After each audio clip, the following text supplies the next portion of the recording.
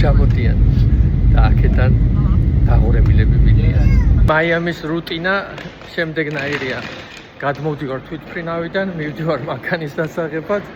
როგორც წესი ერთი და იგივე კომპანია, ეს არის 60 და შემდეგ უკვე მივდივარ სასტუმროში. რუტინას შევცვლი მალე აქ მექნება ჩემი ბინა და სასტუმროში აღარ დამჭირდება წასვლა და ჩემი მანქანაც მეყოლება მალე, რამე თუ უკვე შევუკვეთე და ველოდები.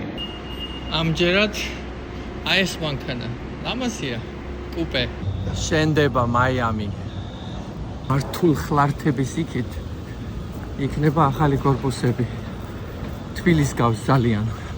აი რაც შეეხება მშენებლობას, შეიძლება ცხვირწინა გიშენონ რაღაცა. კორპუსი ჩაგიდგან. მუშაობენ ადამიანები.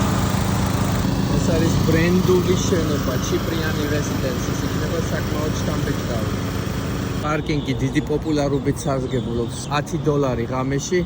ეს არის ძალიან იაფფასიანი პარკინგი და ძალიან კარგი.